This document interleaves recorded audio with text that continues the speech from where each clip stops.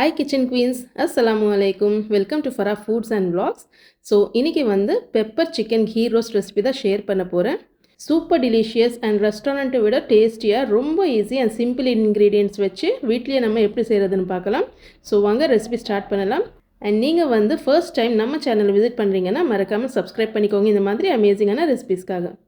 So நான் வந்து 1 kilo chicken எடுத்திருக்கேன். நல்லா க்ளீன் பண்ணி வாஷ் பண்ணிவிட்டேன்.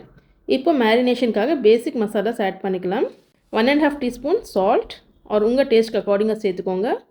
1 டீஸ்பூன் மஞ்சள் தூள், 2 டீஸ்பூன் மிளகாய் தூள், 2 டீஸ்பூன் தனியா powder, 1 lemon juice, 2 teaspoon ginger garlic paste. இதெல்லாமே சேர்த்து நல்லா மிக்ஸ் பண்ணி ஒரு 20 to 30 மினிட்ஸ் மேரினேட் பண்ணிக்கோங்க. அப்போ தான் நமக்கு சிக்கன் வந்து ஜூஸி அண்ட் சாஃப்டாக குக் ஆகும். உங்களுக்கு டைம் இல்லைன்னா நீங்கள் டைரெக்டாக கூட குக் பண்ணலாம். ஸோ சிக்கன் மேரினேட் ஆகிற வரைக்கும் ஒரு மசாலா ரெடி பண்ணிக்கலாம். அதுக்காக ஒரு பேனில் 2 டீஸ்பூன் சீரகம், 2 டீஸ்பூன் வந்து மிளகு வந்து கொஞ்சம் அதிகமாக தான் எடுத்துக்கோங்க. 2 டீஸ்பூன் வந்து சோம்பு. இது எல்லாமே மீடியம் ஃப்ளேமில் ட்ரை ரோஸ்ட் பண்ணிக்கோங்க. நல்லா ஆறுனதுக்கப்புறமா ஒரு ஃபைன் பவுடரை கிரைண்ட் பண்ணி வச்சுக்கோங்க. கூடவே 2 மீடியம் சைஸ் வெங்காயம் நல்லா குட்டி குட்டியாக சாப் பண்ணி வச்சுக்கலாம். இப்போ ஒரு பேனில் தேவையான அளவுக்கு கீ சேர்த்துக்கோங்க.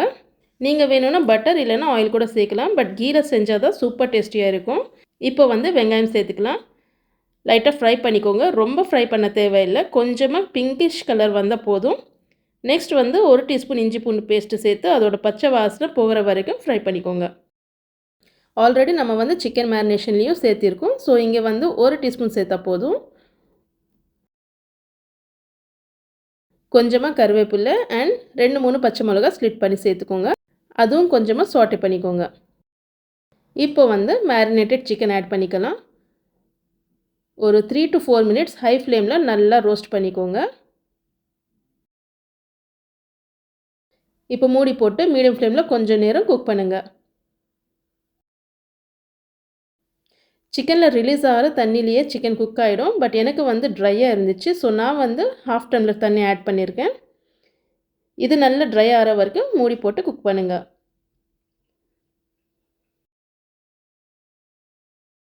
ஸோ பாருங்கள், தண்ணி நல்லா ட்ரை ஆகிடுச்சு. இப்போ நம்ம வந்து கிரைண்ட் பண்ணி வச்சுருந்த பெப்பர் மசாலா ஆட் பண்ணிக்கலாம். இந்த சிக்கன் வந்து கொஞ்சம் ஸ்பைஸியாக இருந்தால் தான் டேஸ்டியாக இருக்கும். நீங்கள் ரொம்ப ஸ்பைஸியாக வேணாம்னு நினச்சிங்கன்னா பெப்பர் அண்ட் மிளகாய் தூள் உங்கள் டேஸ்ட்க்கு அக்கார்டிங்காக கம்மியாக கூட சேர்த்துக்கலாம்.